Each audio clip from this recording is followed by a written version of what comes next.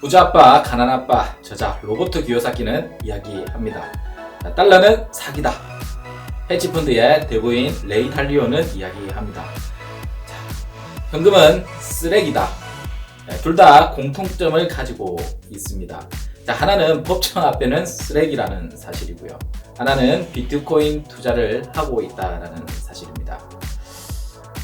그럼 왜 그들이 이러한 이야기를 하는지 한번 알아보도록 하겠습니다. 이 내용은 부자의 음모 로버트 기요사키의 책을 내용을 참고하였습니다. 그럼 역사적으로 어떤 일들이 있었는지 간단하게 한번 알아보도록 할게요. 첫 번째는 디플레이션으로 인한 공황이 있었고요. 두 번째는 독일의 인플레이션으로 인한 대공황이 있었습니다. 우리는 역사를 통해 두 공황에 대해서 한번 알아볼 거고요.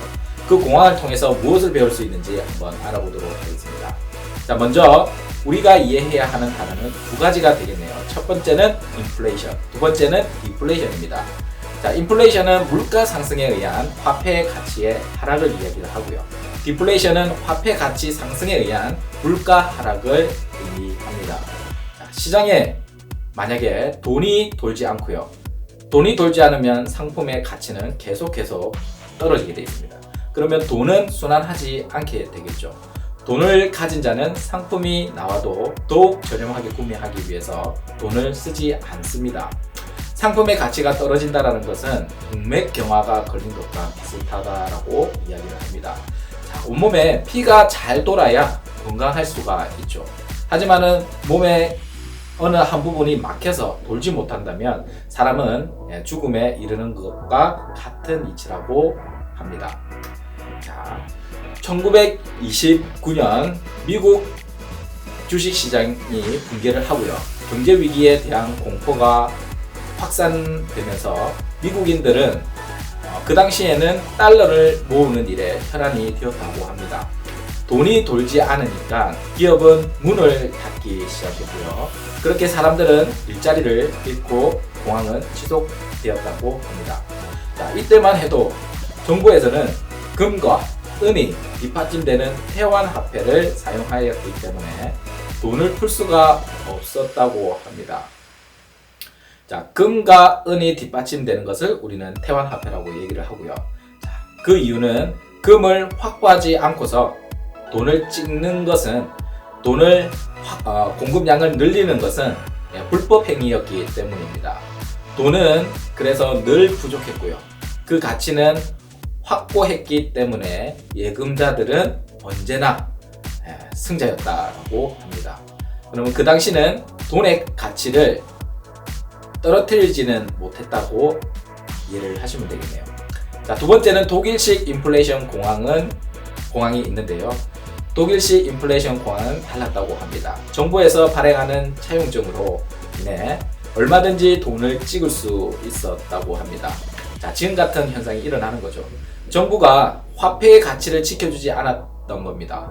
정부에서 발행하는 돈은 일반 시민의 노동력, 즉 일반 노동자들의 시간, 땀, 눈물, 피, 결실을 한순간에 빼앗아가는 일이었다는 거죠.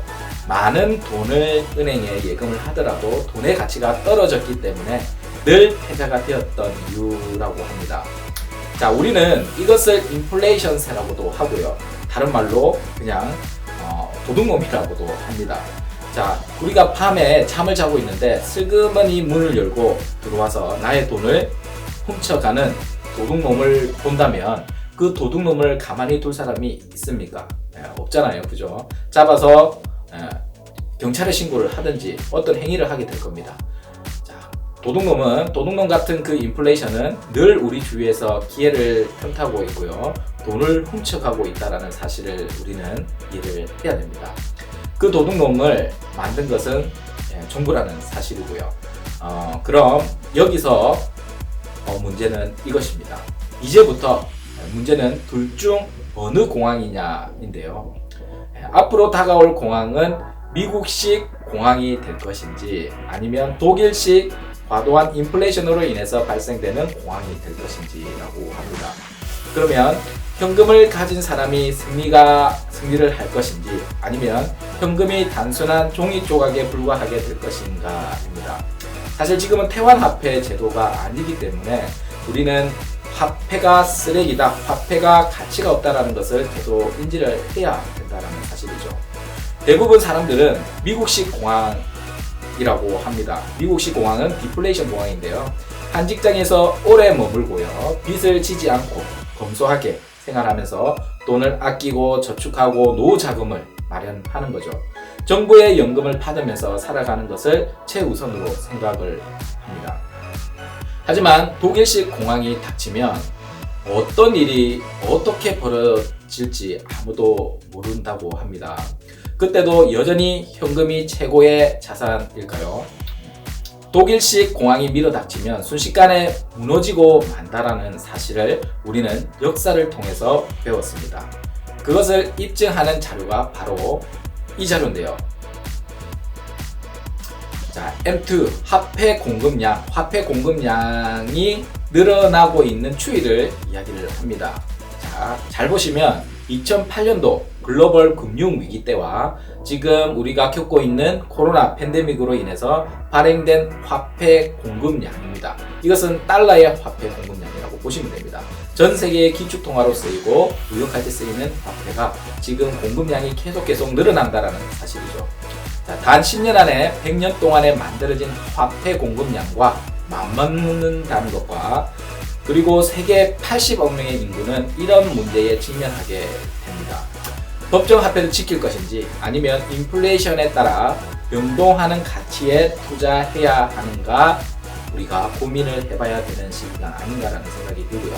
그래서 로버트 기요사키는 대표적인 투자 대상으로 금, 은, 원유, 비트코인이라고 이야기를 하고 있습니다. 자, 비트코인은 이러한 문제를 통해 사실 탄생하게 되었습니다. 비트코인은 정부로부터 우리의 자산을 지킬 수 있도록 돕고 있고요. 그들의 통제로부터 자유롭게 만들어 줍니다. 자, 미디어에서 이야기하는 잘못된 정보로부터 안전하고 신뢰할 수 있는 정보를 제공해 준다라는 거죠.